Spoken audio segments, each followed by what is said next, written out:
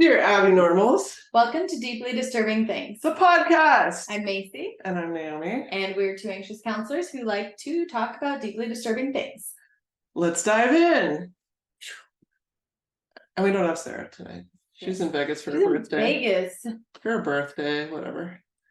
Right, whatever. Is her birthday today? I think it's Thursday. Okay, I was gonna say I have not received a notification. So. Okay. Do you want to go first? What would be better for you? I think you should go first. Okay, mine's a little dark. Is that okay? That's fine. I'll brighten it up. Brighten it up. All right. Great. I'm excited. Mine's a personal story.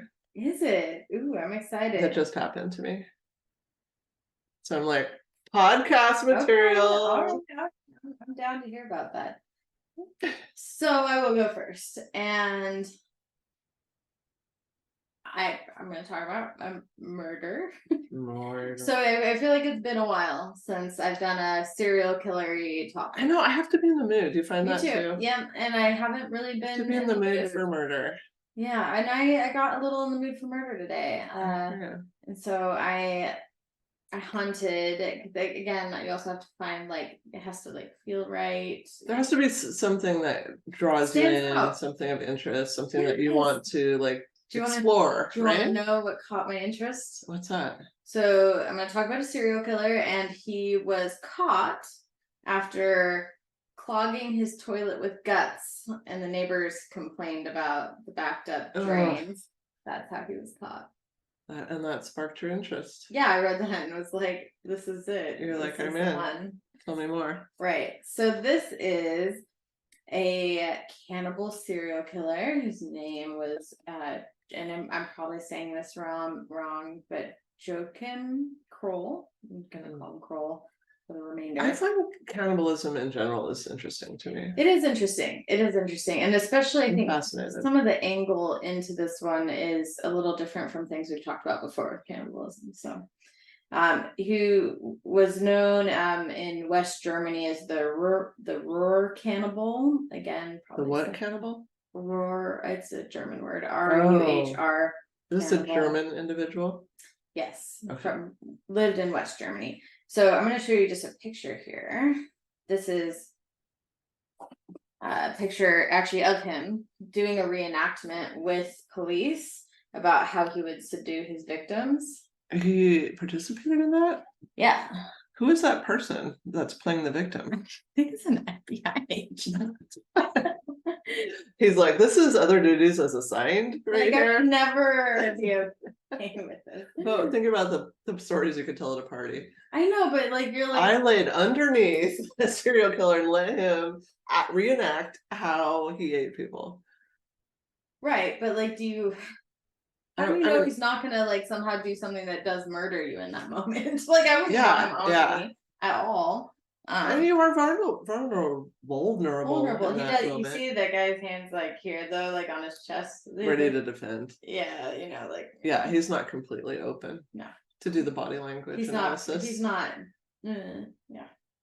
Okay, so he's not very well known compared to like Ted Bundy or Jeffrey. Oh my gosh, my son's calling me. Okay, family pause.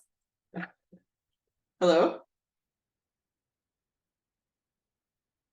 Yes, we have power. Do you have power?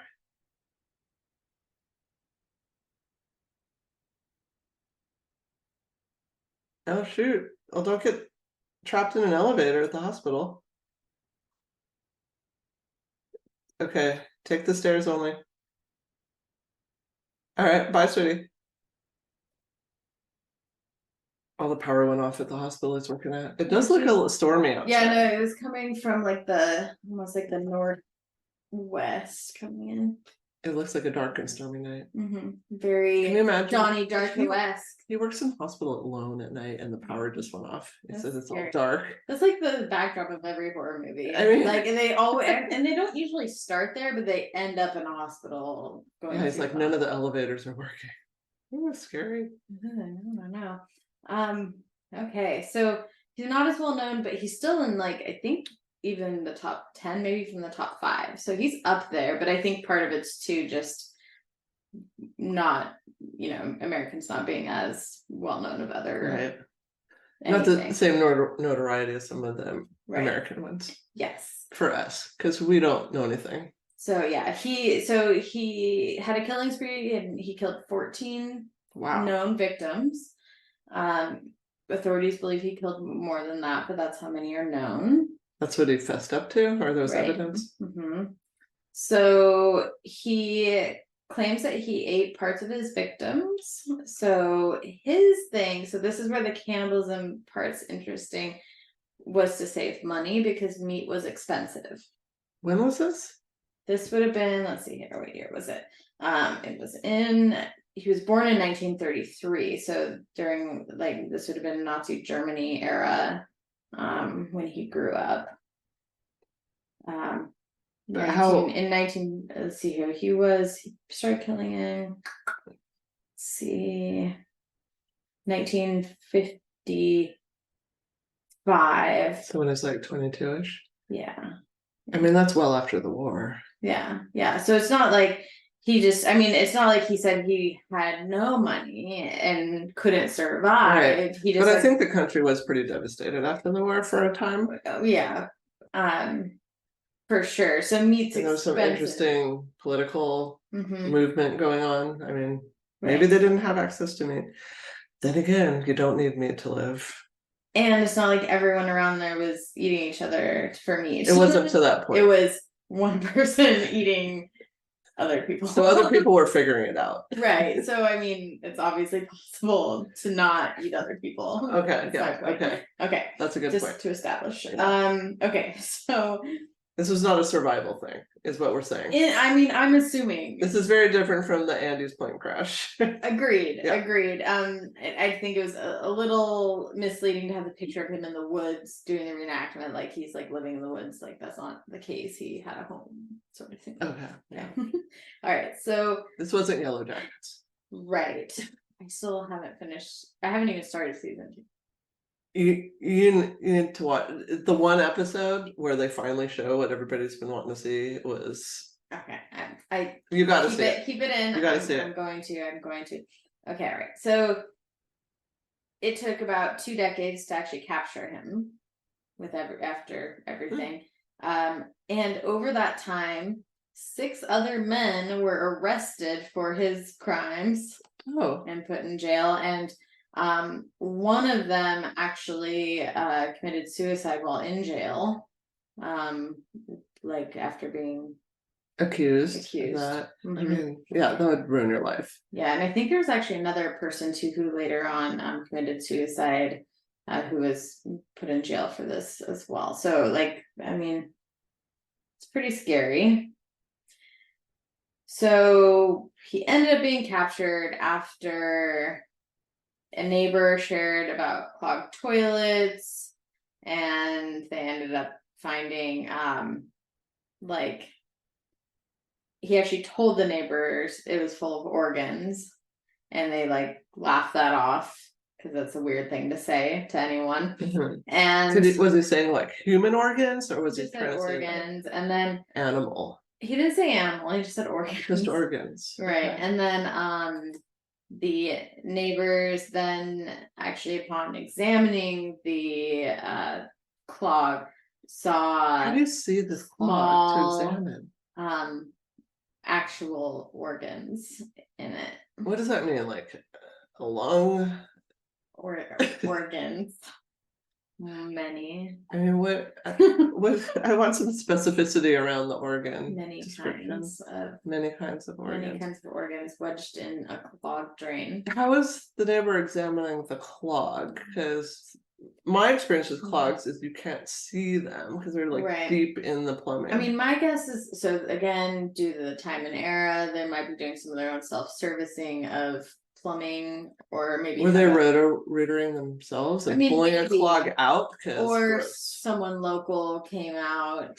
I don't know the full details. Right. We just had a backed up sewer last Monday here. Did you? But I called it a rooter, and I wasn't here when they pulled out the clog. But what if they had pulled out a mass of organs. Right? You just never know, and you don't know what kind. Because I'm assuming at that point it kind of becomes a giant organ. It's just a glob, right? Ugh. But maybe then once it's out, it then blah, perhaps.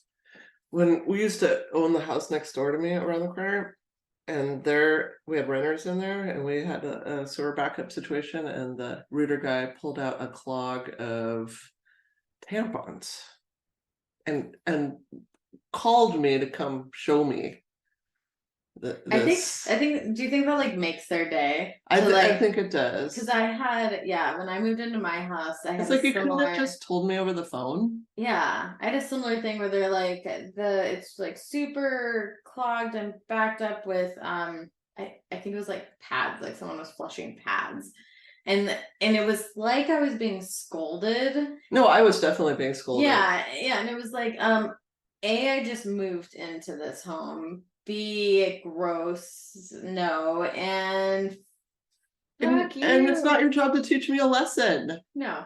And I don't even live there. You know who else does that? Who? Pedicurists. They teach you a lesson? Yes, because of Derby, and I have I don't like go and get my feet pedicured all the time, and so part of the I have really, really short toenails, and they're like, don't trim them that short because that'll doesn't let them grow properly. Like I don't want a lesson. I just want you to massage my soaking feet that I do maybe once a year. Yeah, I've never been back since I got the fungus. It does not feel good to have people look at your vulnerables. And I've never stepped foot in that place since I got that fucking toenail fungus. Feet are vulnerables. I believe that. Oh. All right, let's go back there. Have we digressed? Back to body parts. Still technically relevant. Sure. Okay, so let's talk about his growing ups, because this seems to be relevant every time we've talked about serial killers. And that's what I always want. I always want like the why. First of all, this child's how do face, you get from here to here? He kind of looks like a Children of the Corn moment. Is that a school photo? Not sure. Not sure. It does kind of look like he has a collar on. Okay. So family grew up pretty poor. He was born in 1933 at the start of the Nazis' Party rise in Germany. Youngest of 8 kids. So put on your psychology hat here. I can't take it off. It's glued on. Yeah. It's bolted on. Okay. Youngest of 8 kids. Okay. He was considered weak. The runt of the litter. The constant degradation from his own family and community. What's his name? Well, Kroll is his last name. His first name is, maybe you know how to say that, Joachim. I mean, I want to say Joachim, but that doesn't sound very German. I mean, actually, you said Joachim. I'm like, that sounds actually looks great, but I agree. It's not very 1933. But he doesn't look typical German. He has dark hair, dark eyes, so he wouldn't have been like one of the regaled Hitler youth with the blonde hair. No, and I was wondering, and what it really didn't go into very much at all. I didn't know background, what his background is at all. I mean, because not only Aryan lived, in that area, so there could have been added pressures from not being the, ideal race, class, whatever Hitler bullshit. So growing up during this kind of unstable World War II era, many viewed this as contributing to why he committed crimes as an adult. Again, most people didn't. Most people don't eat people still. So here's where we get into some things. He was a frequent bedwetter as a child, which was a big source of humiliation. He also reportedly sexually abused animals. So was he sexually abused, is what I'm wondering. Right. So both bedwetting and animal cruelty are the components of the MacDonald triad, a set of childhood behaviors. And with fire setting. What was that? Fire setting too. With fire setting. And so, and I actually pulled up some, because I've heard of it, but I haven't like you did a topic that talked about some of these things with psychopathy. Yeah, but I've never gone into the trifecta in detail. Right. So I was Are you going to tell us more? Just a little bit. I feel like it's like his story isn't that long, so I figured I could just do some highlights here. So the MacDonald triad is a 3 factors where the presence of any 2 are considered to be predictive or associated with violent tendencies, particularly related to serial offenses. And I think that is dangerous to use the word predictive, right? Because then people are gonna like just label people, and they're just gonna be looking at it for all the bad stuff, all the evidence, like, oh, see, that kid has problems. And that's kind of why I wanted to look it up, because something felt kind of odd. It was too simple. Yeah. And so yes, there are some contra information out there. So first of all, it was created in 1963, so pretty outdated, and it was in a book called The Threat to Kill by psychiatrist J.M. MacDonald in an article he wrote for the American Journal of Psychiatry. It was a very small scale study by psychiatrists and FBI agents who claimed substantial evidence for the association of childhood patterns with later predatory behavior. Although it remains it's still taught actually in a lot of types of forensic psychology stuff. Research has not actually validated that line of thinking today. But it's such a strong part of our culture. Well, I think we want it to be that simple. Well, I think it's kind of dangerous, because if we're doing an intake and a couple of those come up, we're immediately like, red flags right there. Let's keep an eye on this kid. Right. Where I'm with you, like, to me, those are red flags of like, ooh, sexual abuse. Like, is there something? Right. What happened to them? Not who are they going to kill? Right. So the 3 things are cruelty to animals, obsession with fire setting, and persistent bedwetting past the age of 5. Some kids just pee the bed for medical reasons, so we can't just leap to pathologize that. Well, and specifically tying it to violent behaviors, particularly homicidal and sexually predatory, like that's a big jump. There's no statistical significance between the triad and violent offenders, is what we know. So other studies have. Then why do we still believe that? I know, and like, why is it? It's a thing. Like, we talk about it all the time. I mean, and even this, like, I'm reading this off of Wikipedia, and it's the MacDonald triad, known as this, and it describes it like it's a legit thing before it then says it's not valid. Shouldn't it say that this is a not valid? Let's lead with that. Expired, old, outdated historical reference. I don't know. So we need to debunk this here, right? On the Deeply Disturbing Things podcast. Debunking the triad. The triad is not a thing. And I'll share a couple things here that supports that, because research matters. Current research. So further studies have suggested that these behaviors are actually more linked to childhood experience, to parental neglect, brutality, or abuse. And then this in turn results in homicidal proneness. The triad concept with having a combination of behaviors linked to violence may not have specific validity, which actually kind of puts it into the which we talked about for an urban legend. So that's why it has stuck in some ways, because it fits that kind of urban legend profile. I'm trying to think where I first heard it, and I can't even me neither pinpoint the source. It's just always been there. Yeah, me neither. So the triad behaviors are not causal when examining a relationship with later predatory behavior. They try to kind of save it by saying this, but are predictive of increased likelihood of future patterns. But to me, then it's a lot of ifs, ands, maybes. And so maybe we shouldn't. Yes. Even ever. And their kind of point is that the goal is to give professionals a chance to halt patterns before they progress. But if what does halting a behavior, serious bedwetting, stopping bedwetting is not going to stop homicidal behaviors, because bedwetting isn't the cause. Yeah. Bedwetting's a reaction to something else. Wow. I mean, here we are just, sharing information and spreading knowledge. So I feel like I need to tell everybody. The triad's not a thing, so stop saying that. yeah, stop it. Cruel, yeah, like if someone's like, oh, I saw an intake and they had a background, because I've heard like, oh yeah, all like the time. cruelty to animals. And they wet the bed. And they wet the bed. Future serial killer. And then they're scared. They're scared for that intake. Well, and then you're also looking for so the bad biases. Yeah, that confirmation bias is going to come on really hard, and every little thing you see, it's going to be like, oh, see, look at that.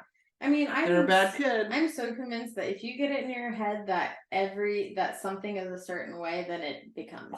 Yeah, when I used to get transfers, I never read the intake or the notes because I wanted to have my own fresh take on it. Right, I like that too. I really like the idea of, if there's like a specific, I don't know, if that person has assaulted a staff member, I would like to know that. Yeah, that kind of stuff. But if it's historical, let them tell me. It's fine. Yeah. So the cruelty to animals part, FBI Special Agent Alan Brent. Yeah, I like that. They can just say it. I'm FBI Special Agent. I'm Macy's Special Counseling. Extraordinaire. Thanks. He believed that some offenders killed animals as a rehearsal for killing human victims. Cruelty to animals is mainly used to vent frustration and anger the same way fire setting is. So again, it's an outlet for emotional release.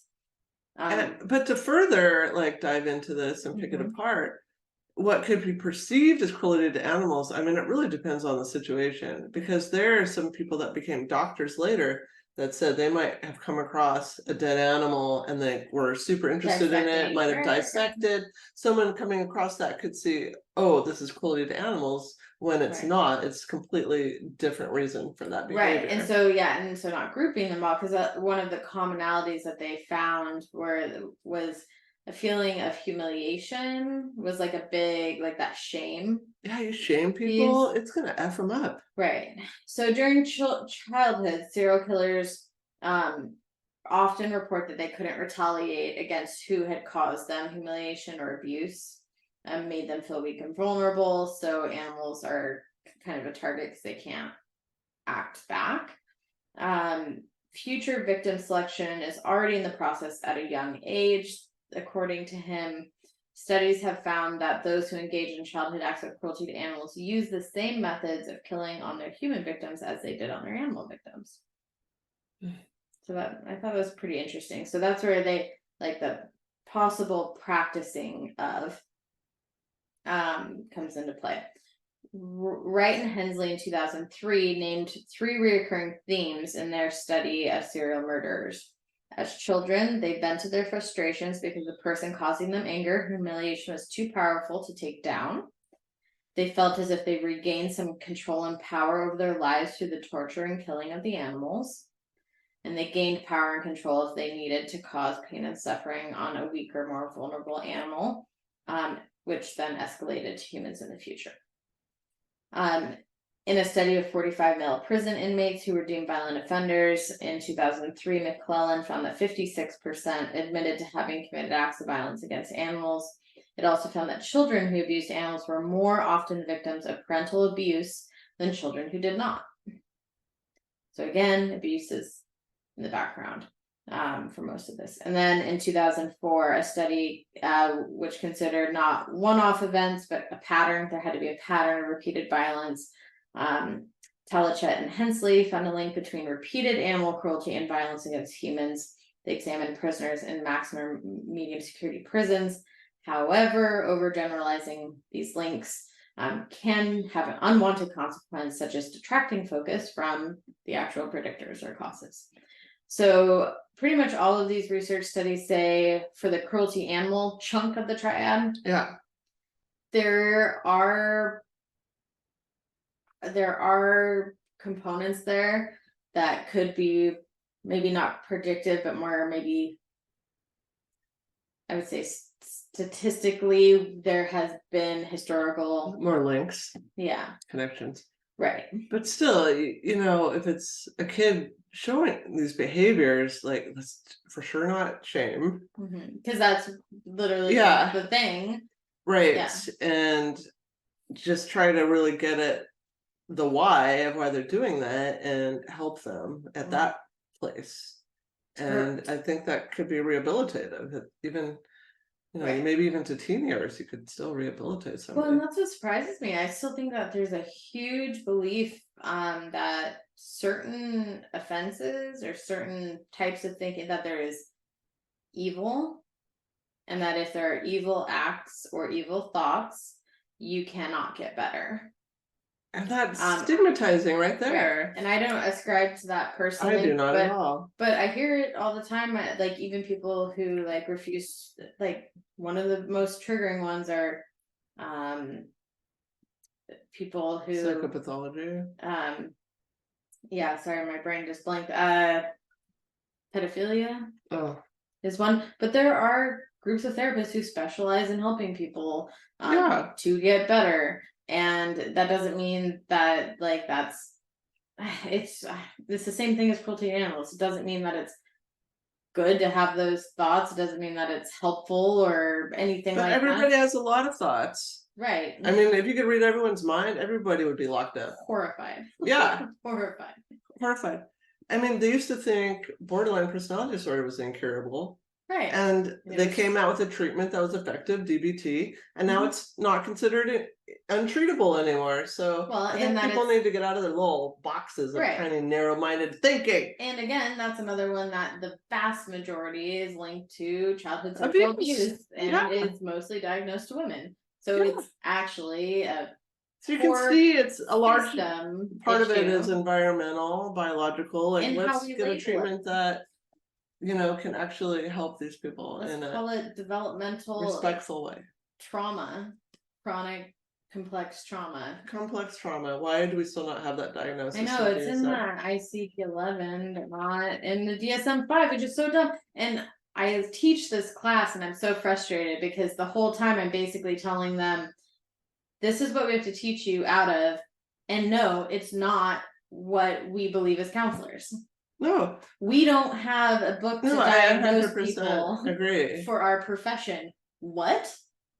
How has that never become a problem? Oh, it's been a problem for me forever. I mean, it is, but like, we're just constantly trying to get in line and make something work that isn't made for us. It's made for medical professionals, for psychiatry. That. I mean, it's APA. Right. There is no wellness model in that at all. So, okay, sorry. No, okay. I hate the DSM. I've kicked it in the face many times. It's on top of my gecko cage. It keeps the cats out. So that. Anyways, vent aside. So, cruelty to animals was one that, like, as I was reading the research, I'm like, okay, this one of the triad, I do see enough where, like, I'd be like, I'd have a little flag up of like, ooh, okay, that's not something we want to take lightly, at least. So the enuresis, which is bedwetting, chronic bedwetting, after the age of 5. This one is harder for me to get behind because one research article said that it may actually be due to fire setting and animal cruelty. Like, it's something that, because they're doing like, if they're co-occurring with those other things, that there's all of these anger and emotions and things, and there's no release for that, and so the bedwetting happens because of that. Seems super Freudian and gross. Yeah, we're not releasing our anger through our pee. Here's more Freudian, especially if they're belittled by a parental figure or other adult. The child could use fire setting or cruelty to animals as an outlet, and then the bedwetting into tween and teen years could be an indicator of possible childhood sexual abuse. Yeah, that part there, I don't like how they like pulled them all together, because there was in the actual, it's like they're trying to make something out of nothing, right? Because in the actual research in this section, I couldn't find one thing that showed those happening together. but yet they talk about them together. It's that old MacDonald. Had a farm. Yeah. Yeah. And on his farm, there was a fire setter, a bedwetter, and a curly animal person. That poor chicken. E-I-E-I-O. So, and then they give this sentence, which blows my mind, that again, like, they're literally proving the point that they're enuresis, fire setting, and cruelty to animals are more likely indicators of sustained physical or emotional abuse towards the child, or an underlying mental illness that will in turn cause those behaviors.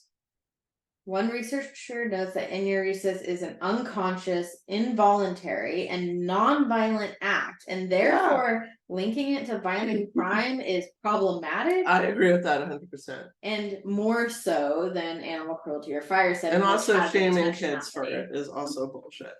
Right, because there's so many factors. Or you're asleep. Unconscious. Well, and who knows what's happening? Like, especially if it's linked with like child abuse, like there's so much unconscious stuff that we don't understand. Right. And then arson. So this one, in 2004, arson or fire setting is theorized to actually be a less severe mode of releasing aggression, I guess. Extensive periods of humiliation, again, have been found to be present in childhoods who have done this, who are also serial killers. So again, this is loose for me because we already know that serial killers have that link with shame and embarrassment and then acting on that. So to me, like, correlation doesn't prove causation here, but they linked it. These repetitive episodes of humiliation can lead to feelings of frustration and anger that somehow need to be released in order to return to a normal state of self-worth. However, the triad combination has been questioned in this regard also, because it suggests that this behavior is just one that can occur in the context of childhood antisocial behaviors and is not a predictor of later violence. So we have a DSM diagnosis for pyromania. So why do we need this other nonsense? Yeah, it could be, and nothing within that specifies that there's some predictive factor for future violence towards people. Yeah.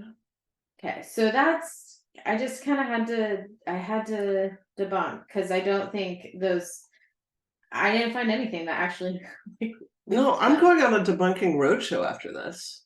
Yeah. I'm saying, you know what, all of you, it's not true. Get rid of that triad. Throw it out. Get it out of your pocket. Because in this article, it literally says, both bedwetting and animal cruelty are components of the MacDonald triad, a set of childhood behaviors that point to violent tendencies later in life. Literally used in a declarative statement, and it's false. And that's how they lead? Mm-hmm. And you know, nobody reads beyond the headlines or the first couple sentences of anything. So let's jump back in here. So Joachim, back to Joachim. We're going to call him Joachim. That sounds good. Until somebody tells us how you pronounce that name. Joachim's family had suffered extreme poverty, including hunger. His father was a soldier in the German army, and was taken as a prisoner of war by the Russian army, and was believed to have died during the war, leaving him and his 7 siblings with their mom. Okay. Joachim quit school in 1948 after having to repeat several grades more than once. And then at 15 years old, with a 4th grade education, he struggled in school, but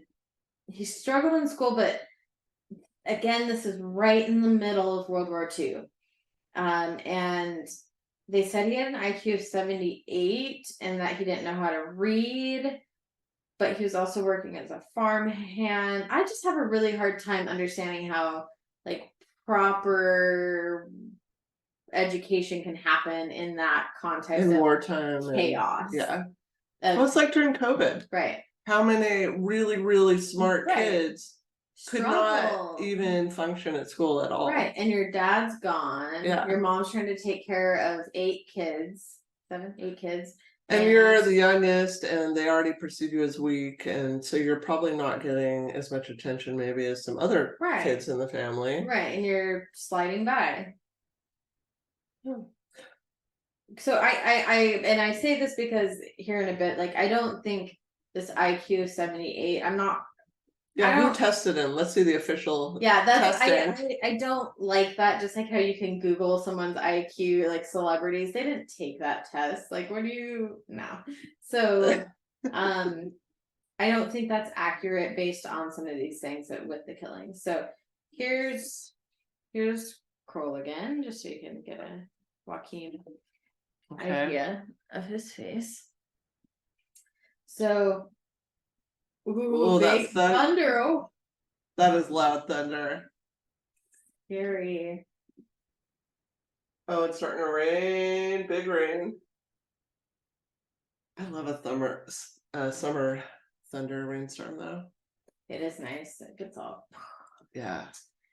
Okay, so Joachim said that witnessing as a farmhand the slaughter of a pig awakened both his sex drive and the bloodlust. Okay. That reminds me of a movie I saw once. There's some kind of Animal farm pig slaughtering that a little girl witnessed and something happened. I can't remember what movie that was.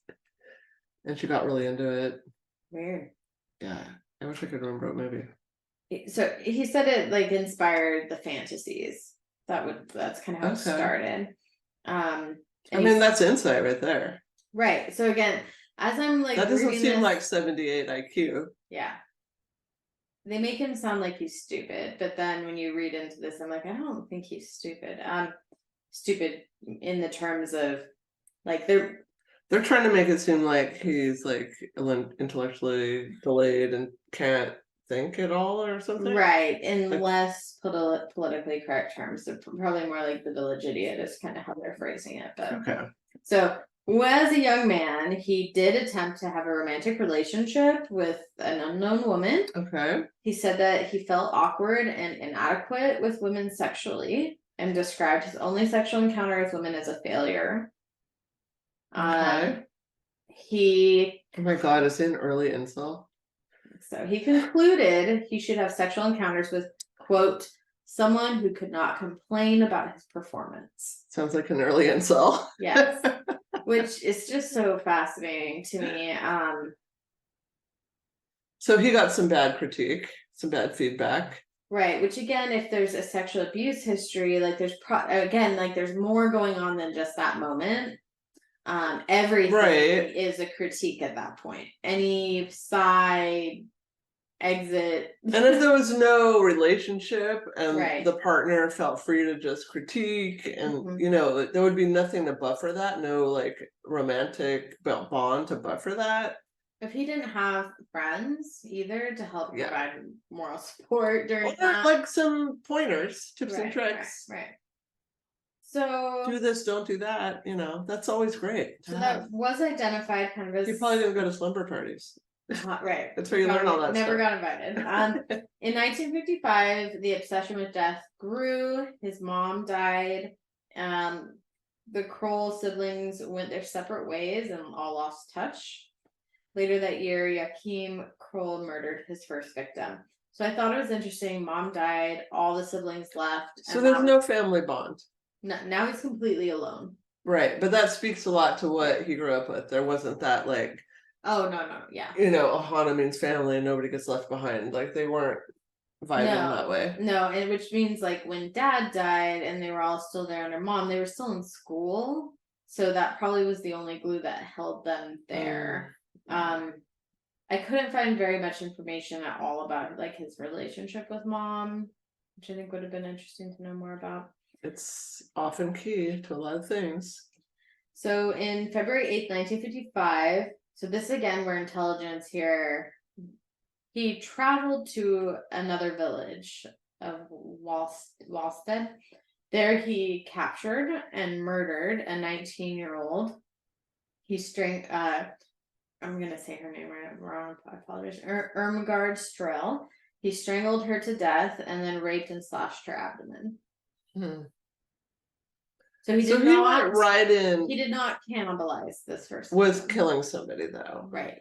Do we know anything about the backstory of that first? Because I feel like that first time, there's got to be a lot Well, going so on? he did report the animal like sexually abusing the animals. So that may have been kind of the precursor and And did he kill them the after? practicing point, yeah. Okay. So along with raping victims after they were dead, After they're dead, okay. yes, he reportedly masturbated over their bodies, which confused me a little bit, just a little bit. I'm not saying it's not possible, but I mean, to me, I'm wondering if like he's raping them, he's not completing, and then he masturbates over them. Like he has like this little power ritual. Well, some people can do it Saw over and lightning. over. Oh my god, that was loud thunder. That was so close because the lightning was right before that. I love it. It's so exciting. I can feel the electricity in my body. Well, people can do it over and over. Yeah, and I don't know. I don't know about his sex drive here, because he, like, again, it's not like he had this long-standing history of sexual relationships. It was like one, but that doesn't mean he didn't have the sex drive and is. Yeah, it doesn't mean he's not time. masturbating all over the Right. place. Maybe that's why everyone left. So when he got home from a kill, he said he would pleasure himself again with a rubber sex doll. This is really horning him up, all this. Often while choking a small child's doll. So, like, violence and like sexual turn on this is very linked for him. Yes. And what did he say was how that started? He saw something and got turned on. Like pig being killed. The pig being killed and got turned on. Mm-hmm. I swear that there's a movie that this happened, but it was a girl that saw something. God, what movie is that? Well, and driving me nuts. I mean, and that could be, future topic is like sex and violence are things that are inherently linked. I mean, you could pull up a porno and they'd have like role plays of violence and. But it doesn't turn everybody on. Only certain people, but where somehow along the line it gets linked together. Right. And not everyone who watches, I don't know, BDSM type stuff is. Sorry, headless doll. That Sarah hates. What was his name? I called him Frodo. I think we named him Bubba. Bubba, yeah. Okay. So he later claimed that after his first killing, his murderous tendencies actually went away until 4 years later. So he's saying he did that one time and then had 4 years of nothing. Okay. However, authorities actually believe that he's responsible for additional murders between 1955 and 1959. However, like apparently one of the reasons it was so hard to catch him. What is your son okay? Is that what? No, I was trying to find that movie, but I probably Googled the wrong thing because nothing is coming up. I Googled girl sees pigs killed movie. Please, government, don't look at our. It actually came up with a whole list, but none of them are right. So I'll have to do some deeper Googling later. Okay. Okay, so I forget what my last point was. Oh yeah, so there were things in between, according to authorities, that they think were linked. But this took decades to catch him, partially because they kept getting the wrong people. And they listed like 2 other big murderers at the time who were also active. So I think there was a lot of confusion about who did what when, and that helped him get by for a long time, but then may also have attributed some to him that may not have been. So do you think he got a little braggy and because he said confessed to things he didn't do? No, I mean he said I don't see the point in saying like I had my first one and go into that much grotesque detail and then say I had 4 years where like that urge wasn't there after that, and then I initiated again. Like I don't understand the point of that. It's so interesting to me that it fulfills an urge that's so strong. Right. And maybe that, again, we don't know all the backdrop. something could have happened at home, like again, everyone leaving, like there could have been a fight, it could have been a situation with another sexual dissatisfaction, something could have triggered that moment. Some bad feedback again. Right. It may not have been such a like, okay, I'm going to go plan and do this as strategically as it sounds. I mean, enough where he knew to go to a different town. Yeah. But that doesn't take that much.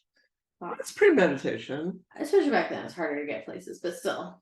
Yeah. It is definitely premeditated. What, get on a mule or something? And the strength ahead. The head. It's definitely, there's probably like a unicycle around. I don't know how that works back then. Have you ever tried to ride a unicycle? Okay. Could you imagine me trying to? You know how long it took me to stand up on roller skates? It would be a disaster. It was like 3 months. Maybe more. Okay, so now let's get into as things escalate. So the next known murder took place in 1959. So this is after that gap. So it's 24-year-old Clara Frida Tesmer was killed in the town of Rhine. Tesmer murder was identical to Irmgard Strell's murder before. Different town again. Only this time he began to engage in what would become his trademark cannibalism. He removed pieces of Tesmer's flesh from her buttocks, thighs. I hope she was dead. I believe so, yes. Not that makes it better. So I do think it was when she was dead. Again, him kind of really leaning on meat's expensive, I'm not gonna waste. So he's rationalizing. So he was taking what he considered to be the young, fresh aspect. So he took aspects. You see what I did there? He took some aspects. He took some aspects from her buttocks and thighs, wrapped them, and took them home to cook for dinner. But like we mentioned earlier, other people were not doing this and finding some other food to eat. Right. I mean, I gotta say, I have a bag of beans from the start of COVID that probably are expired by now, and I would probably eat those. But if it came down to it, I would eat those. You would eat those. I would eat them too. I mean, but again, if we're in the house, down to it, I'm coming to your house and asking for your bag of beans. Right.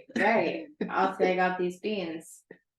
I'll barter you something for those. But if we're stranded on that house and you're sick, I may have to eat your buttocks. I may not have, the same level of aspects I once had. That's fine. You could have my aspects. You still have dirty thighs. I do have some aspects. You do. Maybe not the aspects. I was once known for it. It's specks of the ass. Okay. I feel the same way. Remember when I used to always I'm like the connector part between your leg and your ass, and I go, yeah, I haven't skated enough recently. I need that to go back. I need that, yeah. All right. That's what's always my favorite part. We need to go skating, by the way. Okay. I love that it's raining though, because that means I don't have to water my grass. Oh, I love that. I know. My poor tomato plant is trying to live, and I've been just letting it die, and it's not, and I feel really bad. Okay, so the local man, his name was Rhine. Rhine was the town. His name was Henrik Ott, was arrested for Tesmer's murder during this one with the cannibalism. He hung himself while awaiting trial. I mean, who wants that pinned on them? And even if you get off, that's still associated with you for the rest of your life. Well, right. And at this point, that sucks. At this point, he's arrested. He's awaiting trial. Like, it doesn't, especially back in in the 50s. Yeah, there's no DNA evidence. No. And people are gonna immediately either support you or vilify you. That we're close to, family and friends. They're gonna split. I mean, being wrongly accused just sucks. Mm-hmm. Well, yeah, I mean, no one wants, because you're innocent until proven guilty is a big load of crap, honestly, because there's so much preconceived bias. All you have to have is some sort of social structure to have that just out the window. Yeah. I mean, me and my sister were thrift store shopping today, and the owner came up to me and said, "Did you ask for those Levi's to get taken off the wall?" I was like, "No." And he goes, "Well, we need them back to put up there." I go, "Well, it wasn't me." And I go, "Maybe it was my sister who looks a lot like me and is in the other room." Wow. And I was irritated, and I held back from doing the racist bit to be like, "We look a lot alike." Right. Yeah. Right. Well, I mean, and that's the thing is like But I was irritated. I was being wrongly accused of something. Right. And he's a fairly, I would say, like, maybe there's no like outstanding features. Like, I don't know, he doesn't have like a big crook in his nose, like, or like a scar on his face, or like a buck tooth, where he just, I don't know, he looks like a farmhand. Don't know what a farmhand looks like. I know, it's like, what is a farmhand? Like a 1950s, I don't know, he looks like he should have a pitchfork. But it's the runt, right? Like, I mean, there's like, yeah, but how tall? Like, is he a little guy? I feel like most dudes in most small towns look like this. But you said he was like little, right? Like a little guy. Yeah, little guy. Yeah, like below average height for just a man. Guy. Yeah. I don't know. I feel like he has a face that if he did something to capture your notice, you would remember him. Right, but at this point, like, nobody saw that happen, so there's no evidence. There's no witnesses, so it's just like they know these murders have happened. Who don't they like? That's who's gonna get blamed. Because the community wants resolution. Yeah, the cops probably got together and like, all right, who do you think it is? And they're like going through the list of bad guys in their town. Right, because to me, it's probably Johnny Joe or Billy Bob. If it's me, and I'm Henrik Ott who gets arrested for this. Probably Heinrich. Thank you. For me to get to the point of hanging myself, I would be at the point where I'm assuming that they're gonna accuse me. Well, because I think this is Germany. Mm-hmm. I mean, it might be, guilty until proven innocent. Mm-hmm. Right. Your life is ruined anyway. Even if you get out, everyone's still going to be. They're not going to trust you because they don't have anybody else lined up. It's not like, oh, we found the right person. Yeah. Right. Okay, so those who have studied Joachim's psychology note note that his self-awareness and methodical way of selecting victims points to him having a higher IQ. I feel like he does. Because every time he got away with it for a long time. He went to different towns, and we've talked about mass murders and serial killers who it was spur of the moment. It was more a crime of passion. Yeah, that developmental, like there was not a connection happening. Did he attempt to like cover up what he did? Like that speaks to higher intelligence too, I think.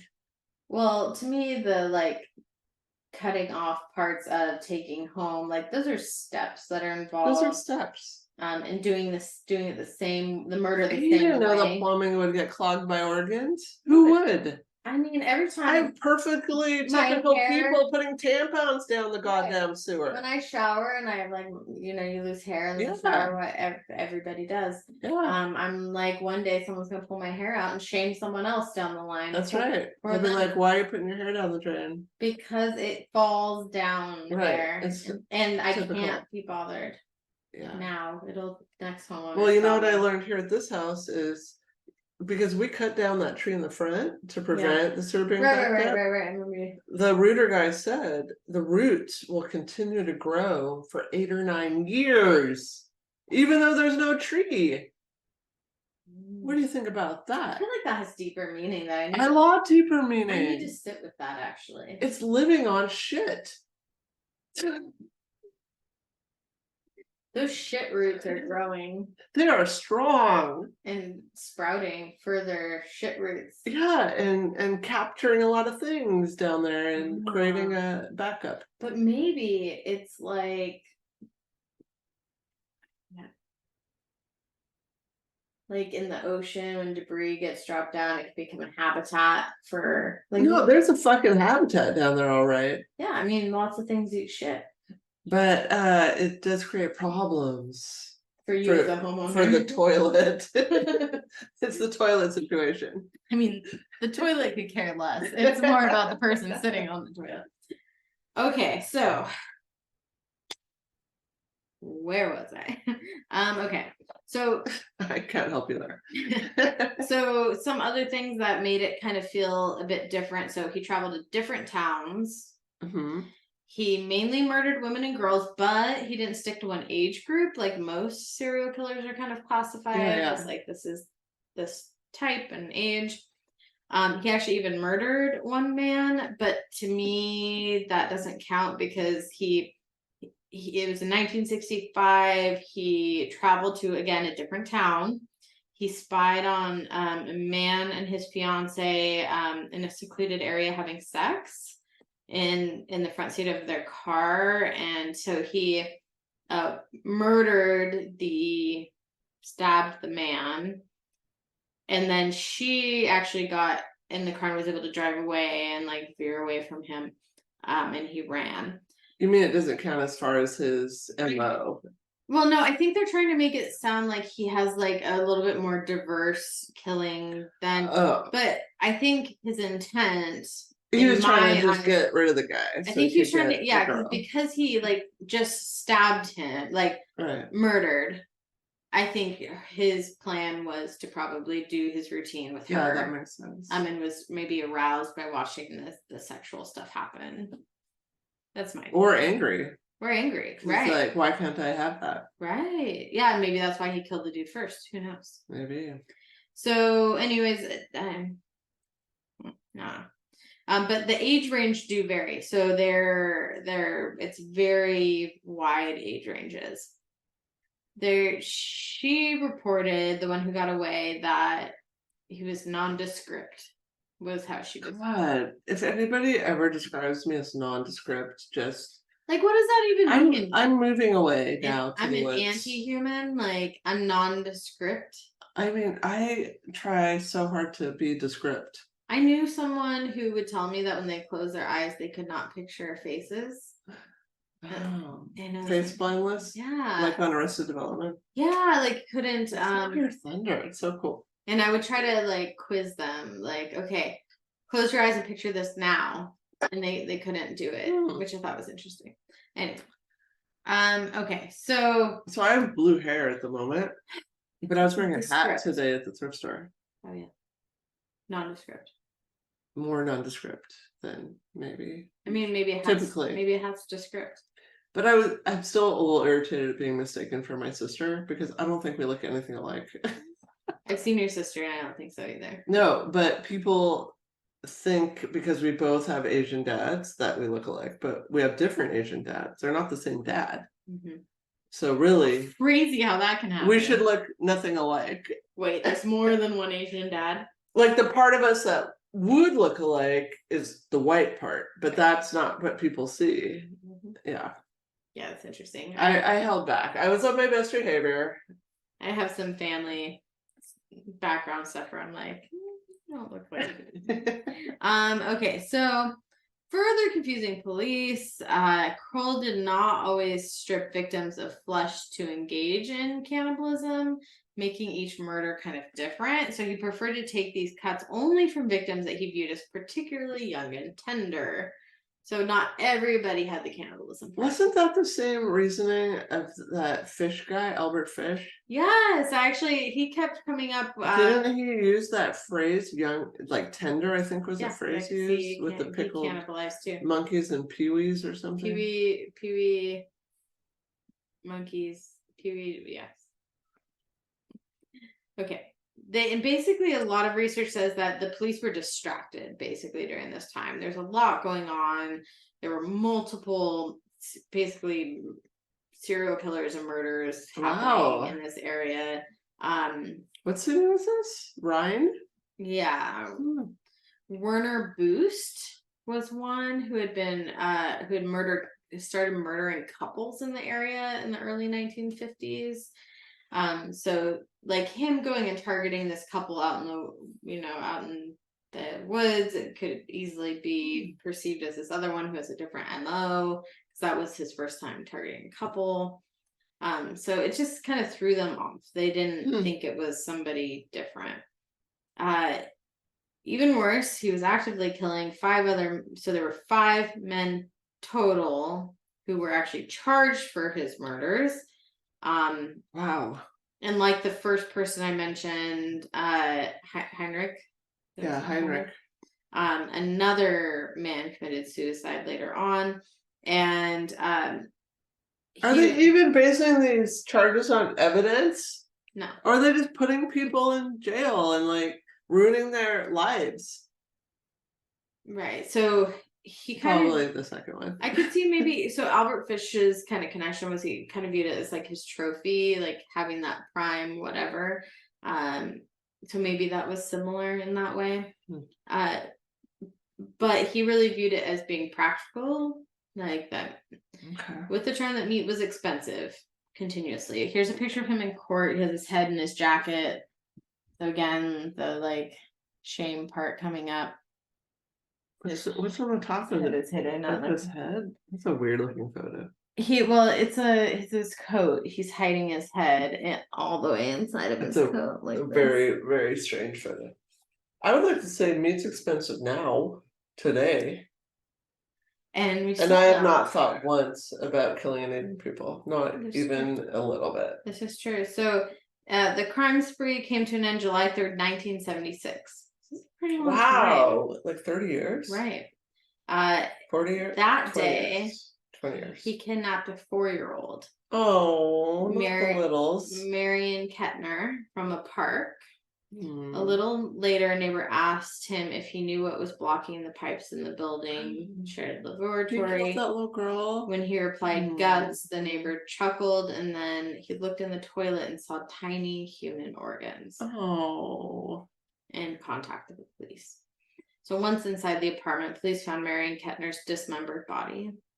Parts of the body were in their fridge. A hand was cooking on the stove, and entrails clogged the plumbing. Police removed. Why are you cooking a hand? That's definitely not. I know. Tender, whatever meat. But she's young. Police. But a hand, that's mostly bones. It's like eating freaking chicken feet, which I have done.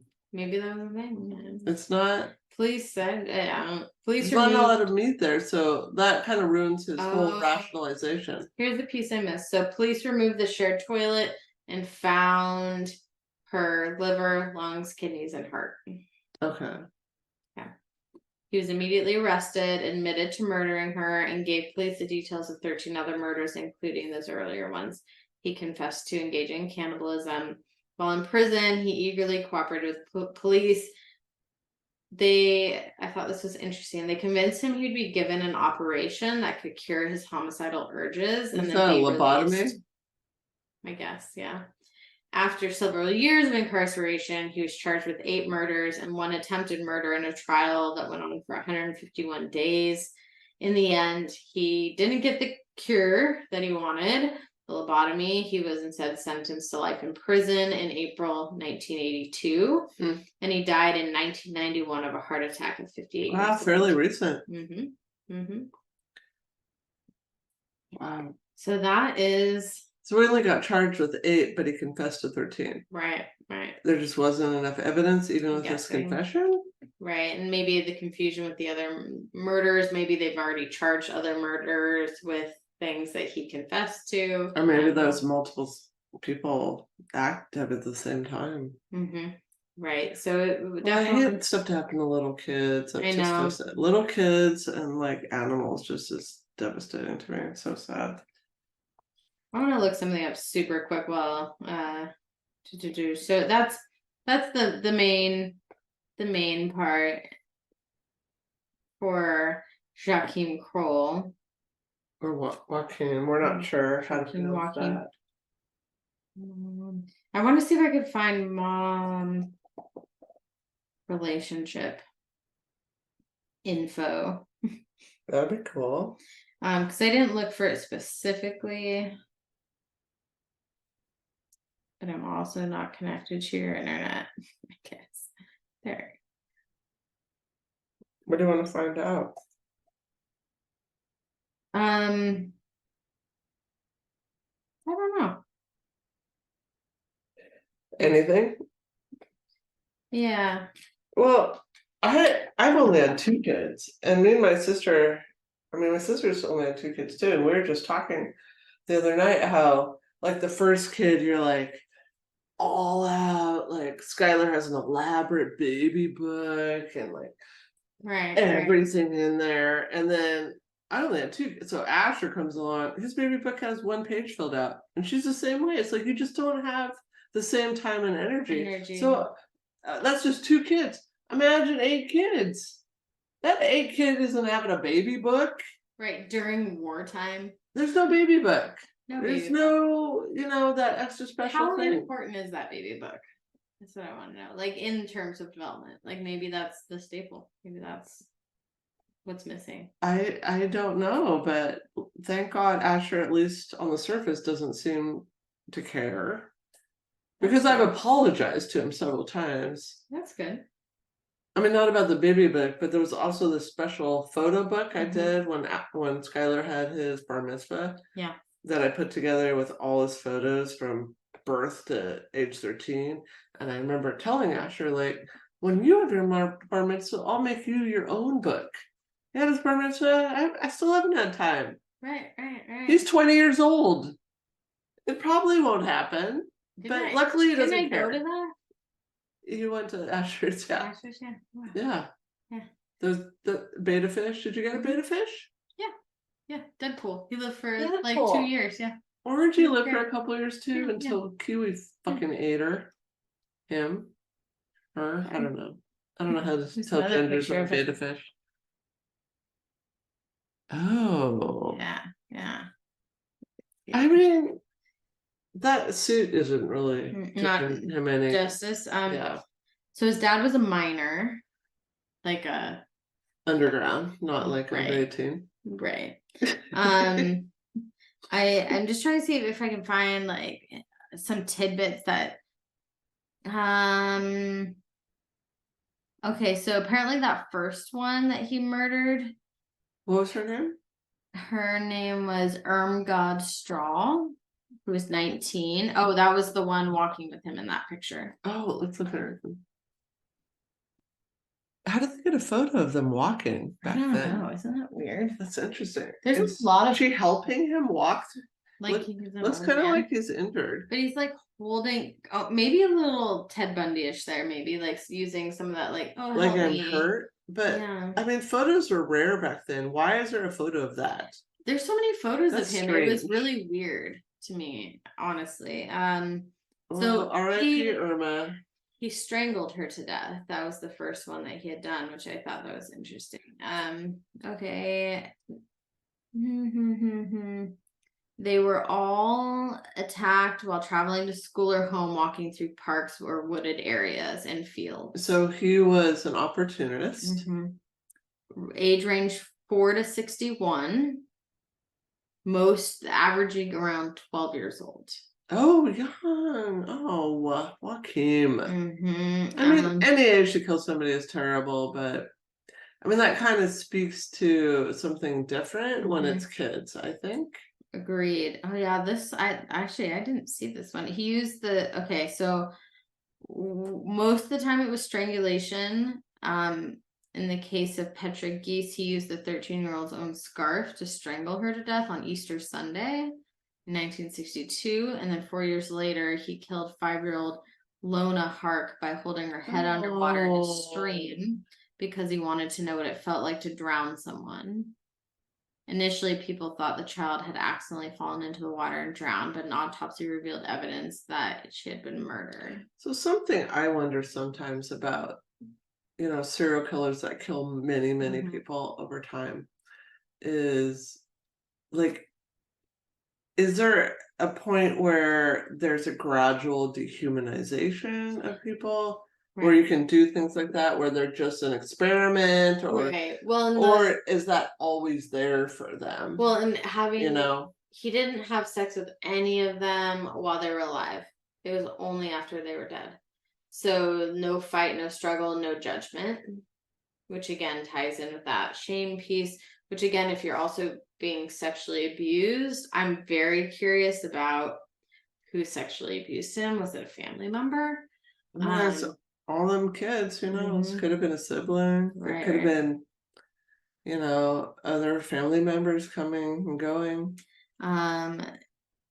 But none of them were that attached to mom because they all dispersed after she died. They're there maybe just for obligation. Exactly. And that's big.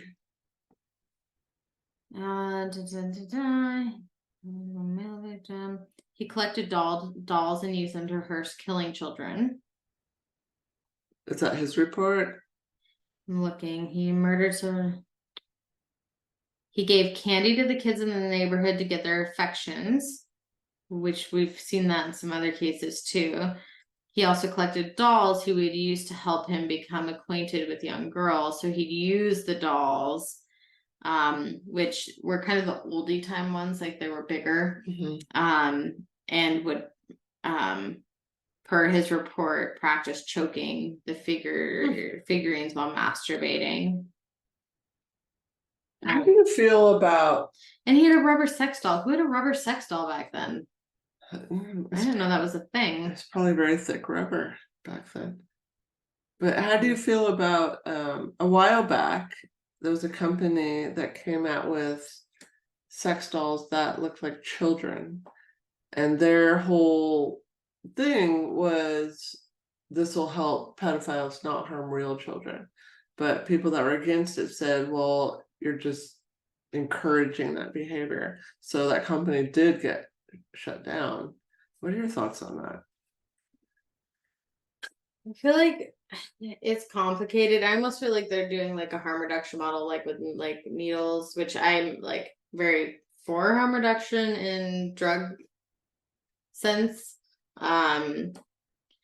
But is harm reduction enough in the instance where harmed? Because to me, like, if you're overdosing on heroin, you're potentially killing yourself.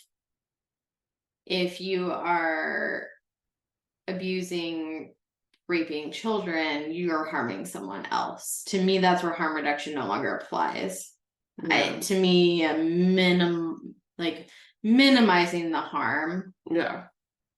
Although, yes, good isn't enough, in my opinion. Yeah. And I'm against the dolls. Because just what I know from neuroscience is, you're pairing those behaviors, you're reinforcing those brain pathways where you're associating being sexually turned on with this childlike appearance, even though it's not real. Right. I mean, the same with, we used to present long back in the day on like self-injury interventions, and I've never been for the ones that are like snapping a rubber band or drawing a red line, because that's reinforcing those same pathways versus there's positive ways to actually deal with those emotions. So I'm against it, but I agree with that too, and I feel like I always get a little kind of edgy feeling from people when I tell other counselors, when I tell them that, because it is a standard practice. Like, but it's use a rubber band, hold on to ice until it burns, and I'm like, they don't understand neuroscience. Yeah, you're reinforcing the same pain pathway. Yeah, exactly. Yeah, they don't know. Are you telling more? No, it's your turn. Well, if you have another thing, tell it. Go tell it on the mountain. No, I mean, there's a lot of theories and stuff. I want to know more about the mom scenario, and I'm just not finding it. So I'll let you know. I'll look. Well, remember you did that one individual and came back and did part 2 on the mom relationship?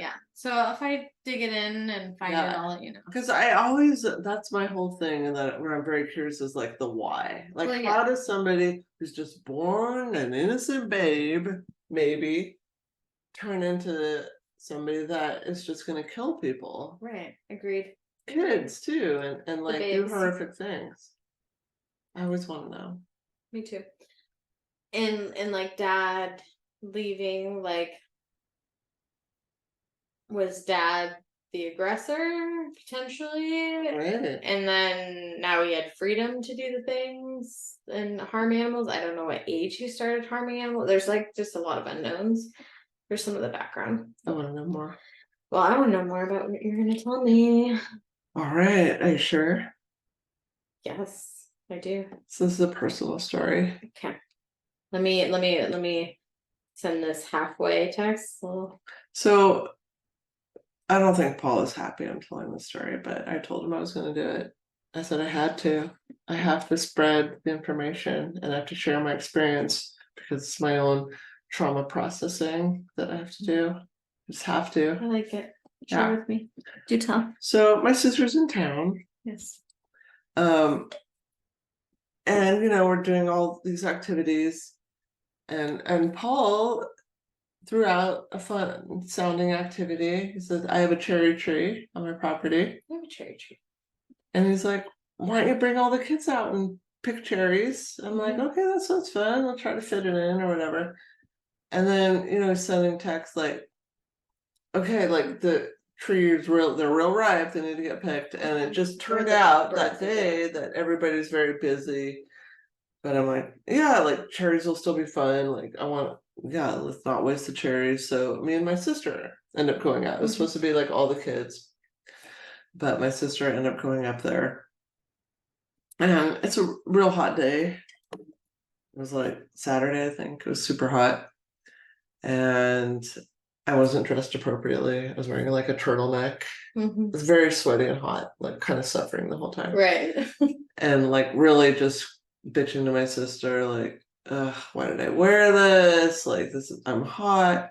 But we're picking cherries. And what are you doing when you're picking cherries? I eat them. You eat them, right? Yeah. So that's what we're doing. We're eating the cherries, we're picking the cherries. And we worked until we filled this whole container because you kind of have a goal in mind. And we're talking like, wow, wouldn't it be fun to have the kids have a lemonade and cherry stand and like go out and like sell them? And we're talking and we're picking and we're eating and I'm sweating and dying. And finally, I'm like, I can't do it anymore. So we leave and we go back to my house and put the big thing of cherries, our loot, our haul on the table. And my sister's whole family is staying with me for the week.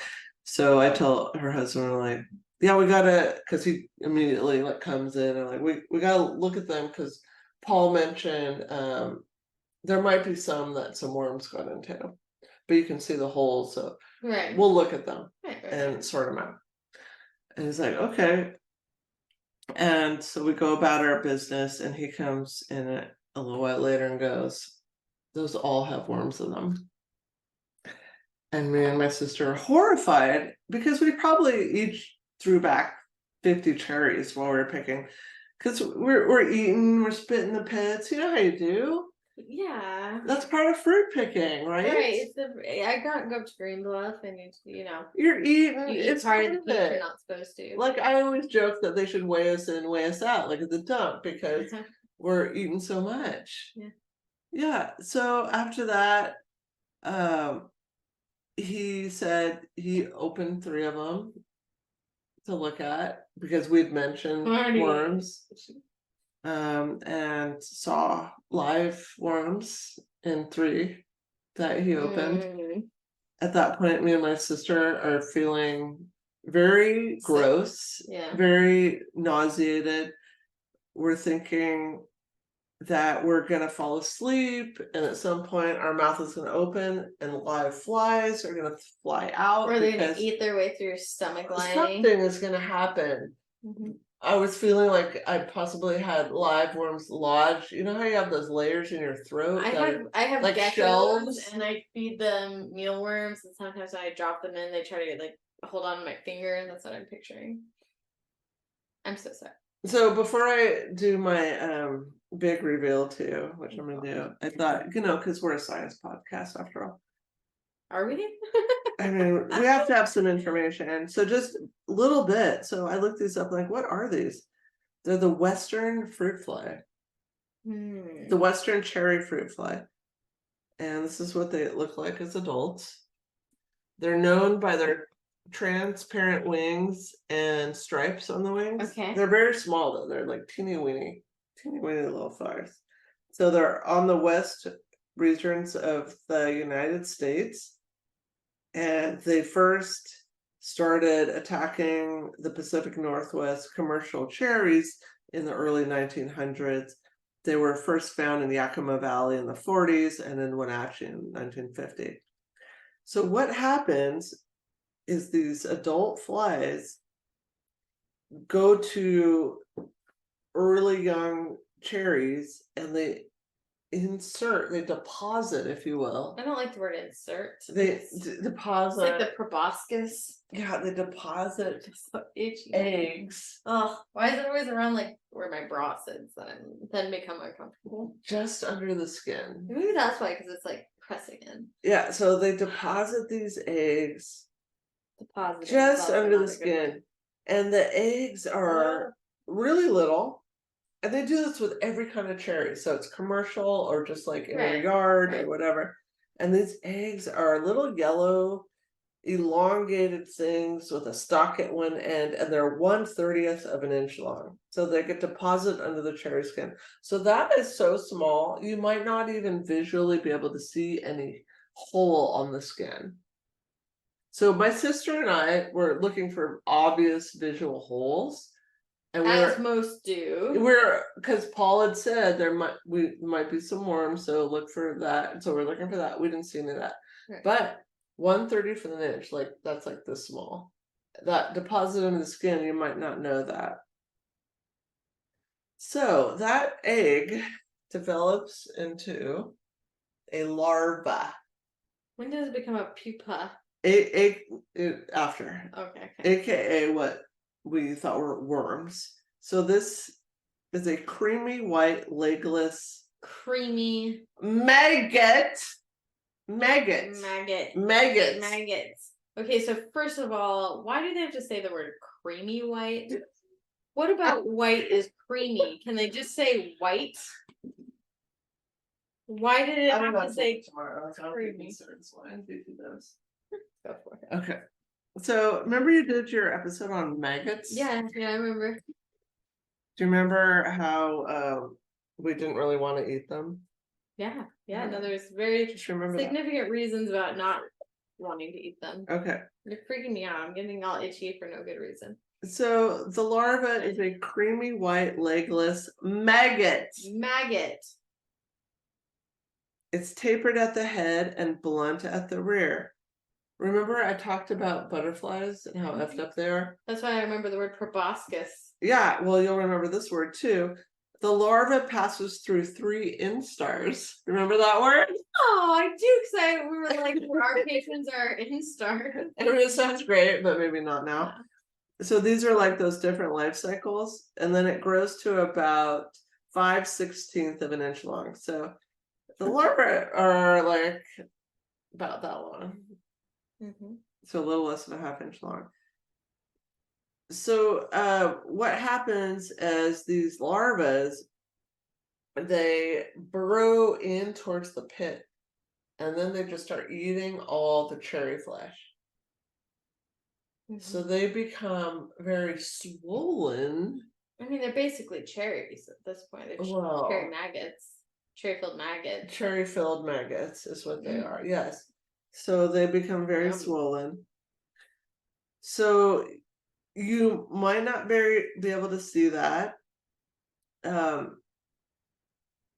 And there has to be this opening for the eggs, but I have to say we looked very close and it was very small if there was, like you couldn't easily visually see this.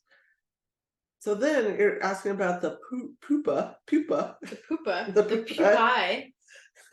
Pupae. So these are yellowish brown to dark brown. They look like that. Ew, that's like the worst. So they kind of look like a seed or something. Do you like that more or less than the maggot stage? I like that more, actually. Really? I mean, if I have to choose, if it's a would you rather. Some crunch, which I don't enjoy. If it's a would you rather, I would take pupa over larvae. So these larva guys, though they get all fat, and then they crawl out somehow and turn into these pupa. How do you pronounce that? Pupae? Pupae? And they drop into the dirt, and they could live there for a couple years. And then they turn into the adult fruit fly. And then it starts all over again. Isn't that interesting? It is. It reminds me of, okay, so I had a bed bug scare, which are a very stigmatized thing, first of all. Like you and I know in mental health. Like bedwetting. Right, exactly. Yeah. And I did this whole big research into them, and I learned so much more than I ever needed to know, and was horrified. They go like they can go like dormant in cold weather for up to 10 months without eating anything, and then eat again. And like that's when you go to places and they're like, I have a bed bug problem. They're so persistently hard to kill. Well, yeah, and it's because it's expensive. And they burrow into to things and survive basically through anything. But they're horrifying to learn about. Horrifying. Well, I think there's that's what this reminds me. Just like having lice that you're dirty. Right, which and that was completely false too. They actually it's completely false. They actually like it's more about like a dark place that they can breed and eat. Right. And if they're highly like they actually don't want dirty. It's not contagious, but they can spread very easily, and it doesn't make any difference if your place is clean or dirty. Right. If it gets on your clothes and you bring it into your house, it's going to spread. Easy. Yeah, like you could have one or two, from what I learned, like come on your clothes from anywhere or baggage. It's mostly baggage and luggage when you travel, and like hotels and things like that.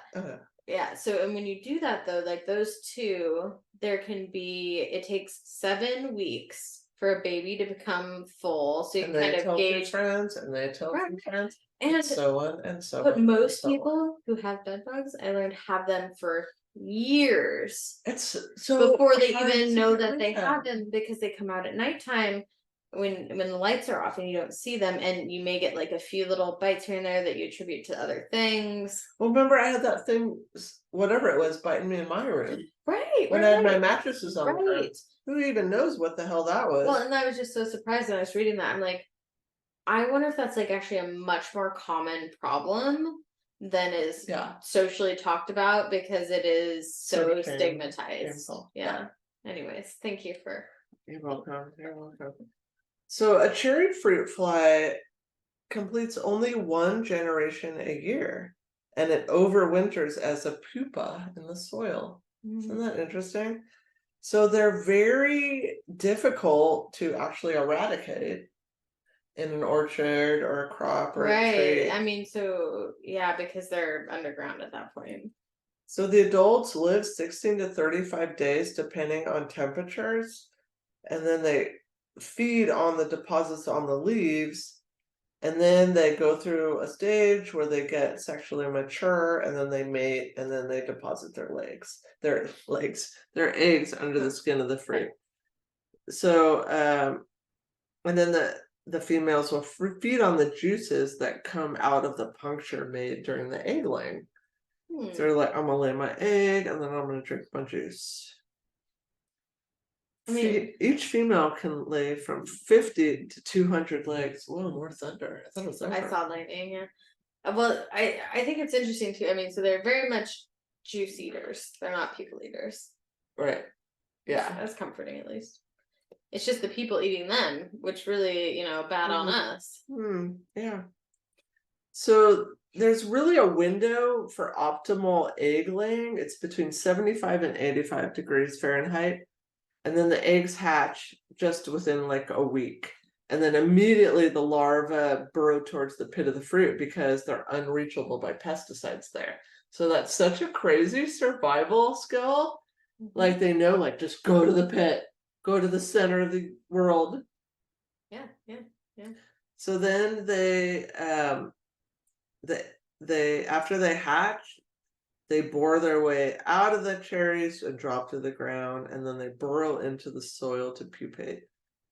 And they could develop after that first winter, or they could remain dormant for 2 winters and then come out. So it's very difficult to. You don't know how many are actually in that like cycle. Well, they recommend if you like have a big orchard, you put these sticky traps up.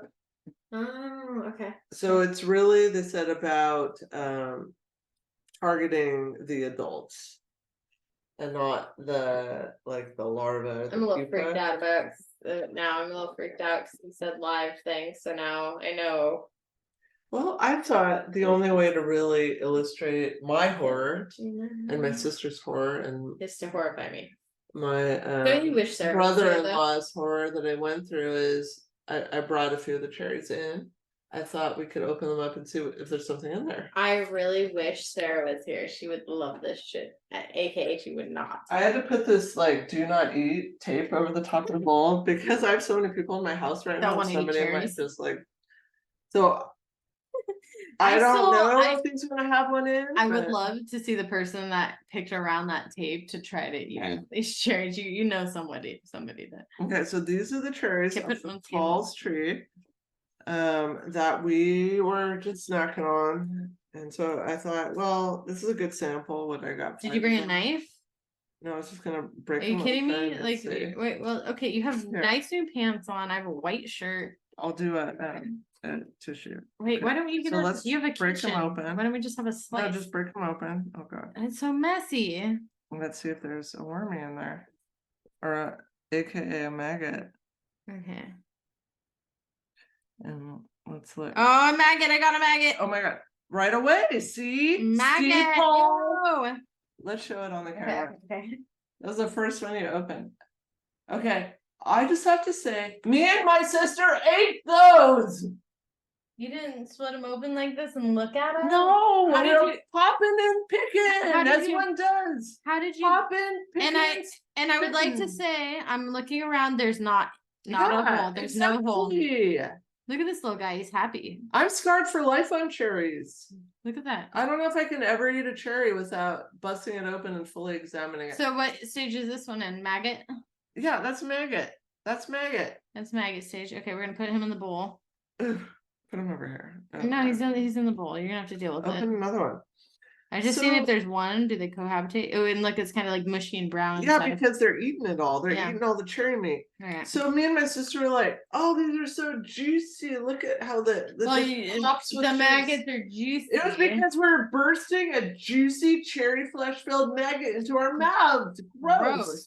Okay, that was one. Yours had nothing though, right? And then we tried to be like, here, walk it back and be like, okay, that's your next one. They have a lot of protein. A lot of countries I love it when maybe people eat these and it's fine. Like, this is just a cultural weird thing. Do you know how insulted some countries may be? No, that's why I'm like, we try to like rationalize it and be like, it's not. I'm just watching this poor little maggot. A lot of countries eat mealworms on the regs. It's no big deal. This little maggots, he's so lively too. He's so lively. I know, and that's what I felt in my tummy. I felt them doing this. Like, no, that's he's like, why is there air around me? Okay, ready? Let's do another one. No, I put yours right there. Okay, let's do another one.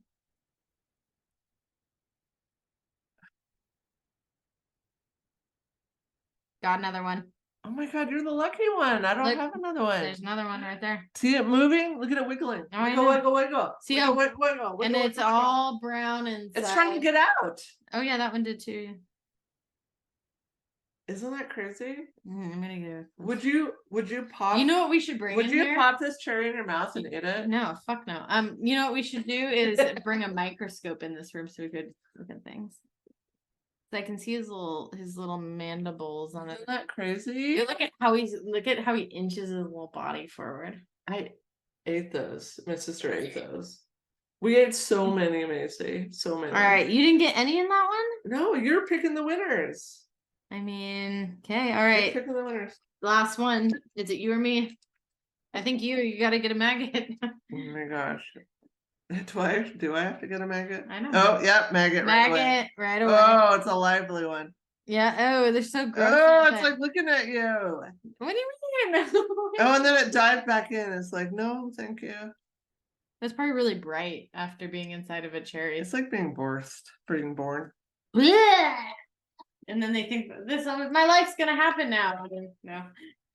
Did you enjoy that I illustrated my topic with actual evidence? Yeah, no, that's great. I feel really. That's why I gross. texted you. I'm like, well, my topic's alive, so we can't put it off too long because I didn't know what happened. Like, do they die? Do they come out and become pupae? It's gross. I ate those. Like 50 of them. Yeah. I mean, our ratio so far. How many cherries was that? I opened 3. You opened 4. Yeah, that's too many. That's only but, 2 of those didn't happen. But out of 50, what's that? 15 maggots you're eating? That's still too many maggots. 1 maggot is too much maggot in my mind. You ate 15 maggots that day. I mean, I understand in some cultures it's might be fine, but just like the way we're culturated, socialized, like you don't eat maggots. Well, and it's not necessarily you just eat it out like Timon and Pumbaa. A lot of cultures have like a process, like maybe fry them up for hunting and gathering those things. And you're not just popping live maggots in on the rice. I mean, maybe some, but I would assume that like everyone wants things to taste a little bit better if they can. Do you feel sorry for me? No, I just keep thinking about your poor stomach, that's all. No, I felt really sick. I bet. We did whiskey shots to try to kill him. Well, I mean, technically your insides would do that, but like your acid in your stomach. I'm gonna look something up. Maggot from cherries eating. I'm just waiting to fall asleep and wake up and like I feel a little like rustling in my throat and then I open my mouth to speak and like a swarm of cherry fruit flies, full grown, just bursts forth in a cloud. They most likely will be digested. Wait, most likely? There are records of flies surviving in the gut. It is called accidental digestive myiasis. What? Accidental digestive myiasis, and the symptoms are nausea and diarrhea. They go away once you've expelled the larva out one of your ends.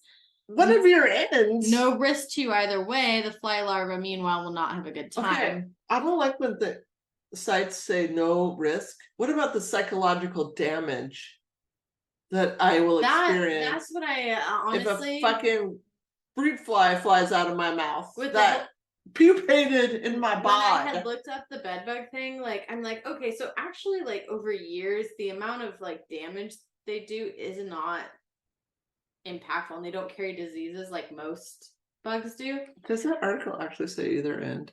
It does say either.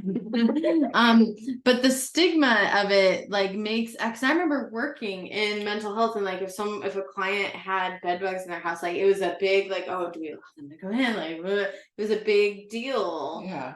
And then like reading it, it's like, I mean, yeah, but it's more psychologically a big deal that we feel grossed out.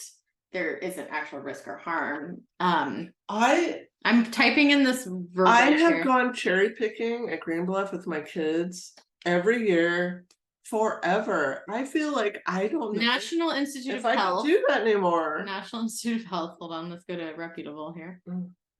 An accidental intestinal myiasis caused by colonial macellaria. Okay. It sounds very Latin and scary. It's caused by dipterian fly larvae transmitted to humans via food or water. A case of intestinal myiasis acquired via contaminated food is reported in this study. Patient is a 4-year-old boy who had frequent episodes of crampy abdominal pain and diarrhea and the passage of many live worms each time. As a child, had the habit of eating ripe guava from his garden. Normal sounding. The infection source was suggested as ripe guava, like causing just that to happen, but then all larvae collected from the feces of fruit were morphologically similar and was identified as this. The treatment was several anti-helminetics. Those all failed, and the recovery was achieved with a simple measure of abstinence from eating guava that came from his garden once it finally exited his body. He had to have a big poop. So any infestation of a live human or vertebrate host with a dipterian fly is called a myiasis. I don't want a meiosis. Human Macy. meiosis can manifest as a wound meiosis, so it can happen in a wound. It can happen in your nose, your digestive, anal, body cavities. I'm not in the woods yet, Intestinal, Macy. you're not.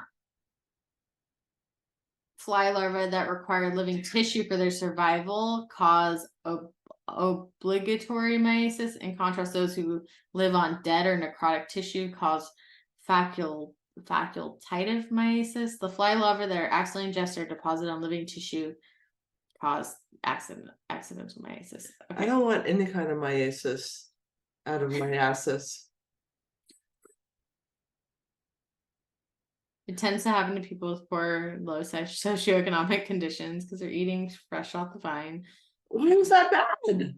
I've done that my entire life. Intestinal meiosis, apparently.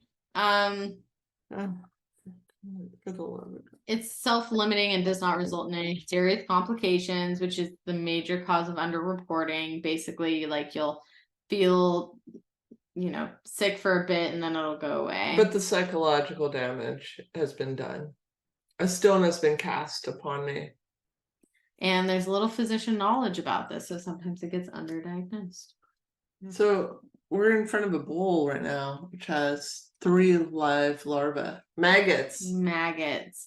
I ate maggots, Macy. How do you feel about that? It's deeply disturbing. Let's do the disturbing video. Okay. Yeah, now I'm like looking at them show pictures of his insides with Wait, what is that? What am I looking at? That's the arms of one of the exoskeletons, the dorsal arm. That was sperming in that person's body? That's what is inside you. Oh no. The prothoric spiracles have 15 openings. Prothoric spiracles with openings? 15 openings. I did not consent to this. With a wall of slits and swellings. The tracheal trunks are not pigmented. Larvae have been identified. All larvae collected from the feces and fruit were morphologically similar. Oh my gosh, look at this. Okay, look at this. I don't want to. No, this is actually fascinating. Okay, hold on. I have to get back to that picture. Okay, so this, where it says there are 15 openings. Look at that. What is that? And then there's the tracheal trunk. What is that? I don't know what I'm looking at.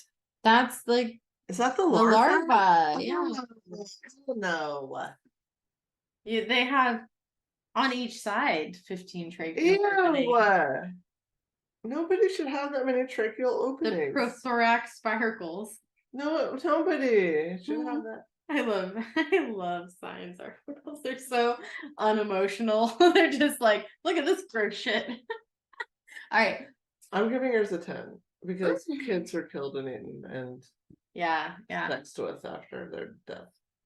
Yeah, no, it was, which is horrible. Yeah, no, that was pretty horrible. I'm gonna say I'm at like an 8. It's all horrible. I feel like I just have some unfinished knowledge that I need to know. Business. Because like it's like what might give him some humanity. I either want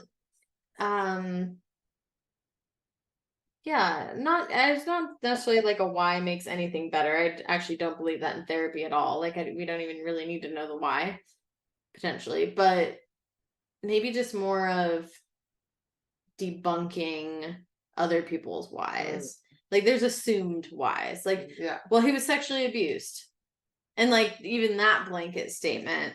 No, you haven't seen any evidence of that. So. No, I'm not seeing that anywhere else. And there are people who have been sexually abused, unfortunately, who also don't eat people. So I don't want that connection to be made either. Right. So I need some more information before I can figure out that chunk. I'm gonna just leave it an 8 for me because I ate maggots that were alive. I'm putting this at a 10 because that's... You saw them. I mean, they're right there. They're just trying to get out of here. So they're obviously trying to get out. I ate those, Macy. They're obviously trying to get out of you. Would you pop one of those cherries in your mouth right now? No. Yeah. See? No. Well, if you didn't listen to our I last, just want to say she only put 3 pieces of tape over this. There's wide openings. A child or a young adult would be like, oh, somebody doesn't want me to eat their cherries, and they'd eat the cherry. How many that were was in my there? caution tape. You did not write caution, and it's clear. That's all I had is just Scotch tape. I hope you didn't feed a child a maggot. I did not. Until next time. Wait, if you didn't listen to our last episode, we talked about the Donnie Darko movie and really explored all the twists and turns and plots and all that. And if you want to support our podcast financially, be our patron on Patreon. We don't need much. We need a can of wine and it's only gas money. Right? And you get exclusive video, like the video of this podcast and our pre-funk video and other extra shit. Cool things. Until next time. Open up your cherries before you eat them. Unfortunately, that's going to be my trauma response after well this. And I'm at the point now too where like I saw the insides all kind of brownish. Like, could it have already dropped out of it too? Like, are all cherries cherries just vessels for maggots? Right. And I feel like larva is not as bad a word as maggots for some reason. I don't know why.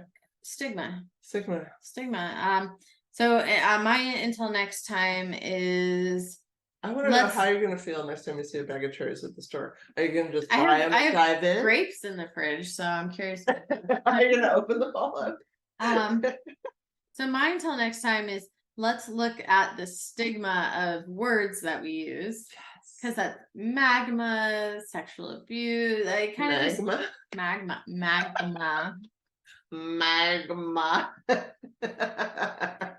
Words matter. Words do matter 100%. Bye. I'll finish it. Let's look at the stigma of magma.